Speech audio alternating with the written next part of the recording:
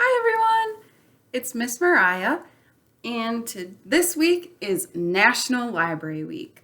So to celebrate that, I brought along some library books to share with you. And when I say library books, I don't mean books from the library, though most of these are. I mean books about libraries. So the first one is The Library of Ever by Zeno Alexander. In this book, Lenora's parents have gone off on vacation and left her behind with a nanny. Summer with the nanny is so boring.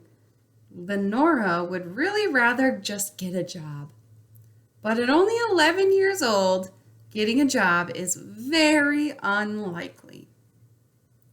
But then Lenora enters the Library of Ever. And there she becomes the 4th assistant apprentice librarian. As Lenora helps out in all different sections of the library, from calendars and cartography to tardigrades and zoology, she also keeps running into these people that are in black overcoats and black bowler hats, and they want to do anything in their power to sabotage her for some reason. Will Lenora be able to foil these forces of darkness, all the while answering patron questions and helping them with any request, no matter what it requires her to do? This is a book that's perfect for fans of A Wrinkle in Time. It's got this beautiful fantasy element where she goes all over the place getting to do all kinds of cool things at the library, like enter a giant globe. So check it out. Then I have another book that's a little fantastical, but definitely not outside the realm of possibility. Escape from Mr. Lemoncello's Library by Grabenstein. So Kyle Keeley is obsessed with games, and his favorite game creator is Luigi L. Lemoncello. So when Kyle has the opportunity to spend the night in the new library that Mr. Lemoncello himself built, he knows he has to be there. There's sure to be games. There's only one problem. He totally forgot to write his essay about why I'm excited about the new public library. So naturally, he hastily writes an essay and turns it in. That's just one sentence, because there might be balloons.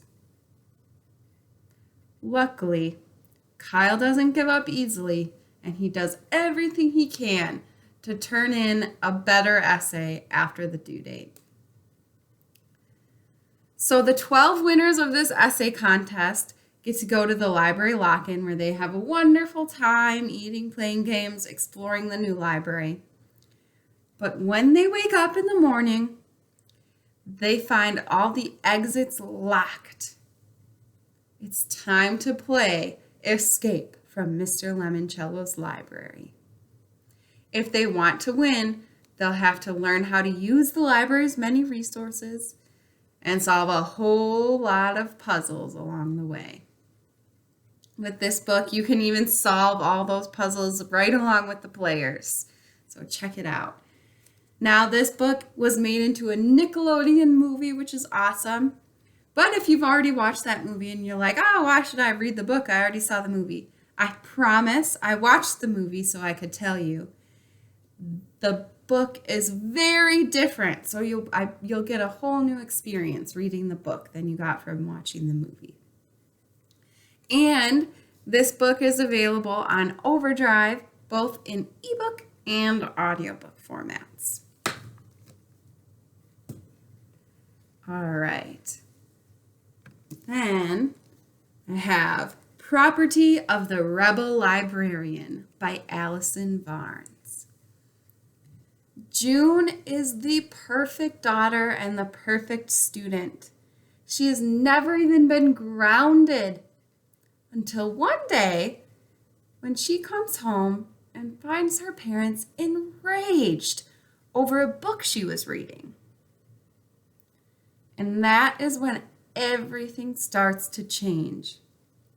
In a single day, June's favorite librarian is forced out. Her parents have taken all of her books from her personal shelf, and the school library is closed for inventory. And it only goes downhill from there. Soon the school board has cleared out 2/3 of the school library, leaving behind only appropriate books. Declared reading of any unapproved book a punishable offense, and started a student club called the Students for Appropriate Reading. Before she knows it, June has suddenly become the rebel librarian, hiding banned books in an abandoned locker and loaning them out to any student who wants to read. Things seem like they might actually work out at Dogwood Middle School. But of course, a secret as big as the rebel librarian and her locker full of books is a hard one to keep. This is a powerful story about the freedom to read what you want, loving books so much, and the importance of the library. And finally, I hope you all know the only thing you need to use library resources is a library card, and a library card is free. So library cards are kind of magical, and that's what Jerry Spinelli explores in the library card. When Mongoose turns 12, he feels like he can do just about anything, including stealing from the mini-mart and painting graffiti all over the town. Brenda has never missed an episode of her favorite TV show until her school decides to do a great TV turnoff in which families will keep their television off for an entire week. Sansere has been motherless since he was 10 years old, even though he's actually been living with his Uncle Jack instead of his mom since he was 5. Even worse, Sansere's bad temper makes it so that he and Jack are constantly moving around, living out of their car. April just moved from New York City to a mushroom farm where it always smells like poop, because apparently mushrooms have to grow in manure. Plus, there isn't a library anywhere near her new home. The one thing that ties these 4 different stories together is a mysterious, glowing blue card. The card is blank, but somehow they all know it's a library card, and that one library card changes their lives, sometimes in the most subtle ways, and sometimes in very big ways. This is a collection of stories, one story about each of those characters, and it doesn't need to be read in order, so you can choose your favorite name and dive into their story. Perhaps you'll be inspired to read the whole book and more. So I hope you'll take some time to celebrate National Library Week this week and check out one of those awesome library books. Have a good day.